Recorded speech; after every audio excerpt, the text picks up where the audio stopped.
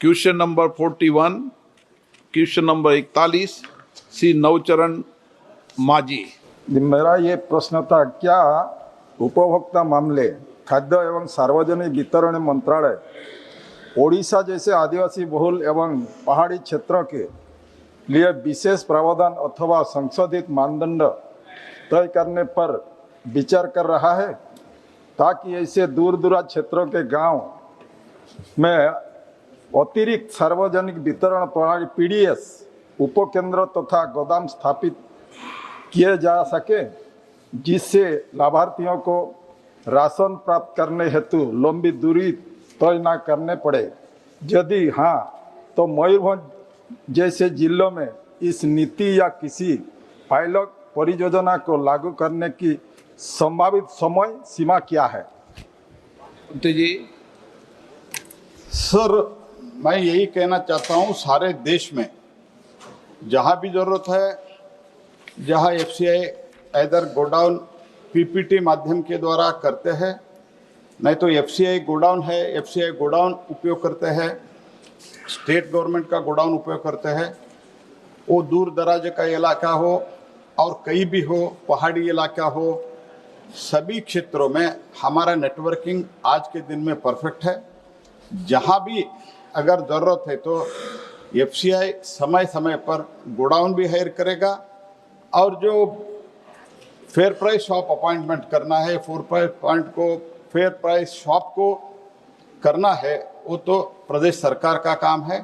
हम तो पूरा टेक्नोलॉजी उपयोग करके हर एक व्यक्ति को प्रधानमंत्री गरीब कल्याण अन्न योजना में हर महीने 5 केजी रेशन इधर राइस और गेहूँ हम हर महीने परफेक्टली देने का काम मोदी जी के कालखंड में शुरू हो गया है और आगे भी बढ़ रहा है।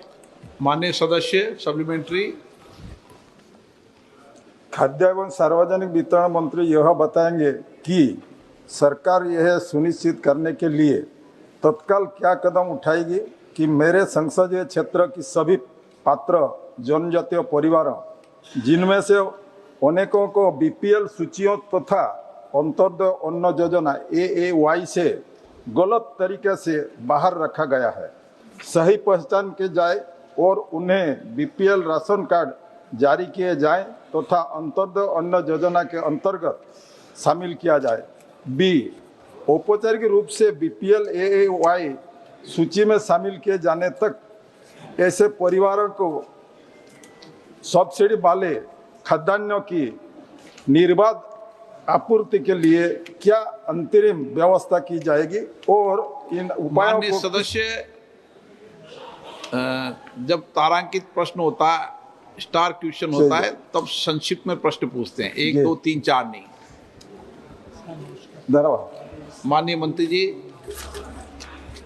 सर, जो बेनिफिशियरी को डिसाइड करना है, बेनिफिशियरी को अंत्योदय अन्न योजना में हो और टारगेटेड पब्लिक डिस्ट्रीब्यूशन में हो, वो जो 5 केजी देते हैं, अंत्योदय अन्न योजना में हम हर व्यक्ति को 7 केजी देते हैं।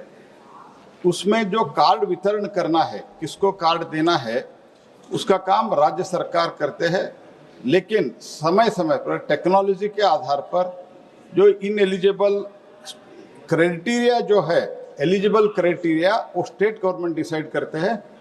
अगर उसमें कुछ गलत दिखते हैं तो हम इधर टेक्नोलॉजी के द्वारा सर्वे करके स्टेट गवर्नमेंट को बताते हैं। अल्टीमेटली वेरिफिकेशन करके किसको देना, किसको नहीं देना, किसको बीपीएल देना, किसको नहीं देना, स्टेट गवर्नमेंट करते हैं। सर, इनका जो कंसर्न है वो कंसर्न मुझे वो लिखित में देता है तो मैं उनको उत्तर सेपरेटली दे देता हूँ। माननीय सदस्यगण, मैं माननीय सदस्यों से भी, माननीय मंत्री गणों से भी आग्रह करता हूं, अगर हम माननीय सदस्य भी संक्षिप्त में प्रश्न पूछे, माननीय मंत्री महोदय भी संक्षिप्त में उत्तर दें, तो हम जो 20 क्वेश्चन लॉटरी में खुलते हैं, बहुत मुश्किल से खुलते हैं, तो सभी माननीय सदस्यों को प्रश्नकाल में अवसर मिल जाएगा। ऐसा आप सब मिलकर प्रयास करें, मेरा आग्रह है। श्रीमती रूप कुमारी चौधरी।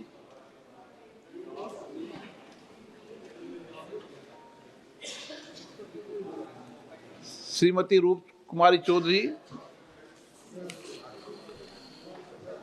श्री नरेश मस्के,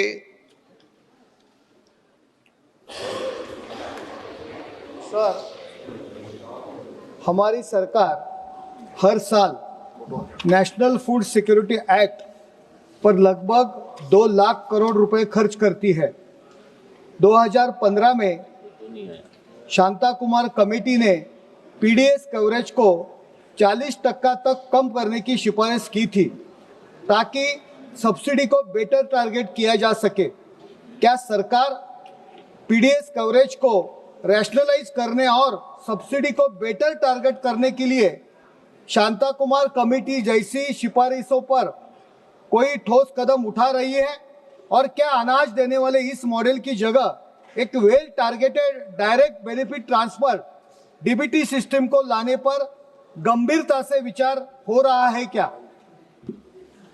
बैठिए। नेशनल फूड सिक्योरिटी एक्ट के अनुसार 75% रूरल पॉपुलेशन, 50% अर्बन पॉपुलेशन, इन लोगों को हम फ्री में राशन बांटने का निर्णय माननीय प्रधानमंत्री जी के नेतृत्व में प्रधानमंत्री गरीब कल्याण अन्न योजना में हमने शुरू किया है, वो जारी है। ऐसे कोई प्रस्ताव नहीं है। हमारा स्टेट से निवेदन यही है, to improve the accuracy of beneficiary of the identification, DFPD has cross matched Pradhan Mantri Garib कल्याण अन्न योजना डाटा विथ आधार। उसमें जो मर जाते हैं, मीन्स डेथ होता है, CBDT, income tax, motor vehicle ownership, GSTN, MCA, ऐसे जो भी विषय है वो सब हम मैच करके स्टेट गवर्नमेंट को भेजते हैं। उसके एलिजिबिलिटी के क्राइटेरिया स्टेट डिसाइड करते हैं, उसके आधार पर वो डिसाइड करते हैं। हम 75% और 50% पे कोई भी चेंज आज के दिन में नहीं कर रहे हैं। श्री सप्तगिरी उल्का। स्पीकर सर, आपके माध्यम से मैं माननीय मंत्री जी पूछना चाहता हूँ सर, पीडीएस में अभी भी लीकेजेस है। When we talk about aspirational districts, 112 aspirational district में Raigarh and Koraput, there are 2 districts in my particular Lok Sabha which are both aspirational, and what we have seen is that because the leakages and the beneficiaries is not getting the due चावल जो नहीं मिलता है, तो 8 tribal people ऐसे थे कंधमाल में जो मैंगो कर्नल खा के वो बीमार हो गए थे, 2 की मौत हो गई थी। ऐसे लीकेजेस जरूर है। आपके जो EKYC करते हो आप मैंडेटरी कर दियो, और मोबाइल कनेक्टिविटी भी हम लोग के एरिया में बहुत चैलेंजिंग है कोरापुट कंधमाल में। तो क्या सरकार एक यूनिवर्सल बेसिक इनकम जैसे एक मिनिमम अमाउंट हर एक व्यक्ति को देने का प्लान भी कर रहे हैं इन एडिशन टू पीडीएस? क्या आप जवाब देंगे? नहीं, भारत सरकार का जो नेशनल फूड सिक्योरिटी एक्ट के तहत हमको फूड सिक्योरिटी देना है, वो फूड सिक्योरिटी हम रेगुलरली दे रहे हैं। और 2020 में कोविड के समय से लेके 2000 लगभग तो 2029 तक प्रधानमंत्री गरीब कल्याण अन्न योजना के तहत हम सबको अनाज बांट रहे हैं। जहां भी लीकेज हो रहा है अप टू डेसिग्नेटेड गोडाउन, ये जिम्मेदारी भारत सरकार के होते हैं। उसके बाद में जो फेयर प्राइस शॉप को चले जाता है, ultimately it goes to the beneficiary. वो बेनिफिशियरी तक पहुंचाने का काम स्टेट गवर्नमेंट का है। जहां भी कंप्लेंट आता है हम तुरंत स्टेट गवर्नमेंट को लिखते हैं कार्रवाई करने के लिए। और all 20.58 crore ration cards and 7.2 crore beneficiaries are digitized. आज ऑलमोस्ट 100% डिजिटाइजेशन करके हम आगे बढ़ रहे हैं।